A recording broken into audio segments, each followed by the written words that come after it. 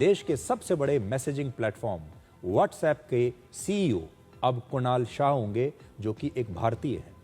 WhatsApp आपके पास भी होगा। व्हाट्सएप के सीईओ अब कुणाल शाह है। कुणाल शाह एक भारतीय फिनटेक स्टार्टअप कंपनी क्रेड के फाउंडर है। आपने सुना होगा इस कंपनी का नाम, CRED, क्रेड। ये क्रेड के फाउंडर है। आज हम इस खबर के साथ एक सवाल को भी डिकोड करेंगे कि क्या ये एक फाउंडर का प्रमोशन है या कुणाल शाह ने भारतीय कंपनी को ग्लोबल बनाने का एक सुनहरा अवसर खो दिया।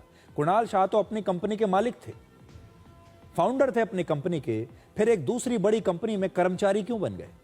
क्योंकि दुनिया की सबसे बड़ी कंपनियां बिकने से नहीं बल्कि बाजार में टिकने से बनती हैं। सबसे पहले आपको इस खबर की 3 बड़ी बातें बताते हैं और इस खबर में आपके लिए भी सीखने के लिए बहुत कुछ है।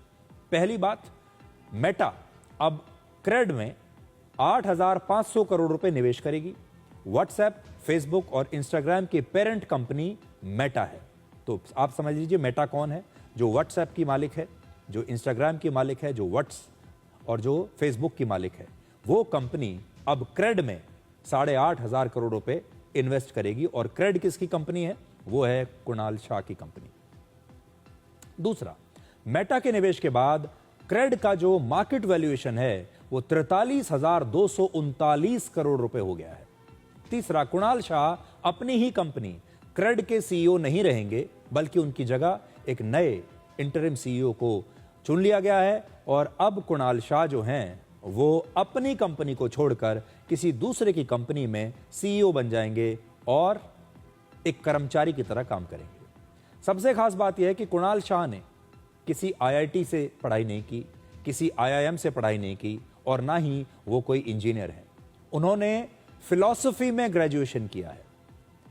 क्योंकि हमारे देश में ये अक्सर सोचा जाता है, कहा जाता है कि अगर इस तरह की किसी फिनटेक कंपनी को बनाना है या किसी टेक्नोलॉजी कंपनी का सीईओ बनना है तो आपको इंजीनियर होना चाहिए, IIT में आपने पढ़ाई की हो या फिर आपने MBA किया हो किसी बहुत बड़ी संस्था से। लेकिन इन्होंने तो फिलॉसफी में ग्रेजुएशन किया है। इसके बावजूद उन्होंने भारत में 2 बहुत बड़ी फिनटेक स्टार्टअप कंपनियां बनाई। भारत के डिजिटल पेमेंट और फाइनेंस को लेकर उनका अनुभव बहुत लंबा है।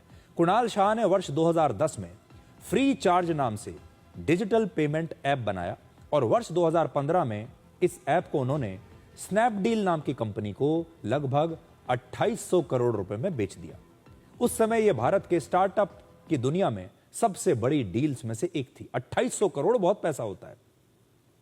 इसके बाद कुणाल शाह ने वर्ष 2018 में एक और कंपनी की शुरुआत की जिसका नाम था क्रेड और उस कंपनी को भारत के सबसे चर्चित फिनटेक ब्रांड्स में उन्होंने बदल दिया।